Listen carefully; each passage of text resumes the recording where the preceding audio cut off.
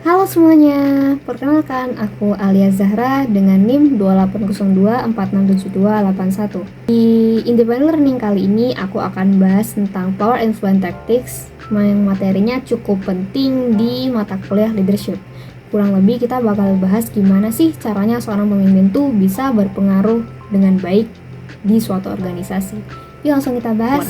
Ada dua jenis kekuasaan utama, yaitu position power dan personal power.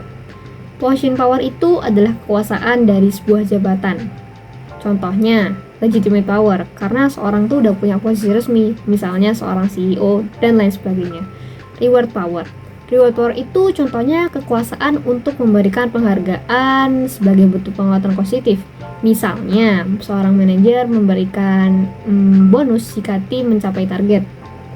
Yang ketiga, ada coercive power, yaitu kekuasaan yang biasanya memberikan sanksi atau hukuman jika terjadi suatu hal yang tidak diinginkan, misalnya seorang atasan memberikan SP atau surat peringatan. Itu. Yang terakhir ada information power, yaitu kekuasaan yang berasal dari akses informasi penting yang tidak semua orang tuh tahu.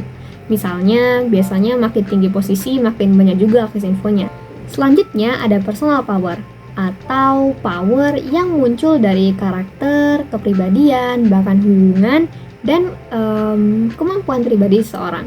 Personal power dibagi menjadi dua. Yang pertama ada referent power atau kekuasaan karena dicintai dan dihormati. Misalnya ada pemimpin yang humble nih, dia karismatik dan inspiratif.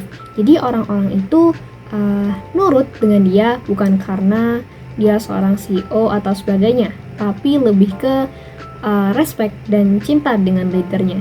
Jadi cocok banget buat yang mau membangun loyalitas dan kepercayaan, seperti itu.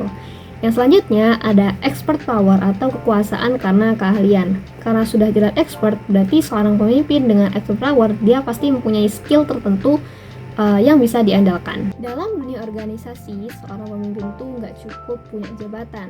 Yang lebih penting adalah bagaimana dia menggunakan power dan influence untuk menggerakkan orang lain.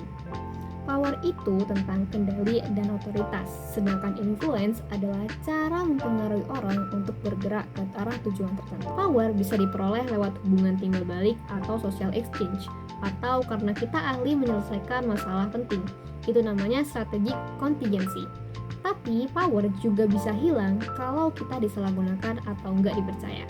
Oke, sekarang kita masuk ke bagian paling seru, yaitu taktik pengaruh atau influence tactics. Ini adalah cara-cara yang digunakan pemimpin untuk meyakinkan orang lain. Ada 11 jenis, tapi aku bahas yang paling efektif dulu ya. Yang pertama ada rational persuasion, atau bicaranya pakai logika dan data untuk meyakinkan target kamu.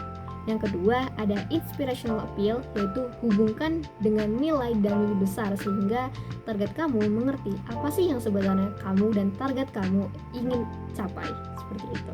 Yang ketiga ada consultation, yaitu ajak tim atau target berdiskusi dan kasih masukan sehingga target akan merasa dilibatkan, seperti itu. Yang keempat atau yang terakhir ada collaboration, yaitu bantu langsung agar mereka lebih terbuka. Taktik-taktik ini biasanya menghasilkan komitmen yang tinggi dari orang lain. Tapi kalau kita pakai tekanan terus, biasanya malah muncul resistensi atau penolakan. Nah, dari taktik-taktik yang kita pakai, hasilnya bisa beda-beda. Yang pertama ya, contohnya ada komitmen.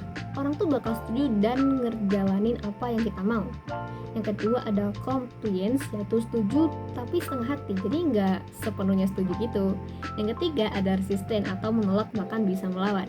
Jadi penting banget kita buat milih taktik yang tepat untuk mempengaruhi seorang dan tergantung siapa yang lagi kita pengaruhi. Kesimpulannya, jadi pemimpin yang berpengaruh bukan soal posisi, tapi soal gimana kita membangun power dan pakai influence tactics yang tepat. Kuncinya ada di hubungan, kepercayaan, dan komunikasi yang cerdas. Terima kasih banyak kepada Pak Haris selaku dosen pengampu mata kuliah leadership selama 1 semester ini. Semoga ilmu yang Bapak berikan selalu bermanfaat dan dibalas dengan kebaikan yang berlimpah. Aku juga berharap semoga nilai tugas ini bagus dan pastinya bisa jadi bekal buat kepemimpinan aku di masa depan. Amin, amin. Sekian video dari aku, Alia Zahra. Terima kasih udah nonton dan sampai jumpa di kesempatan berikutnya. Bye!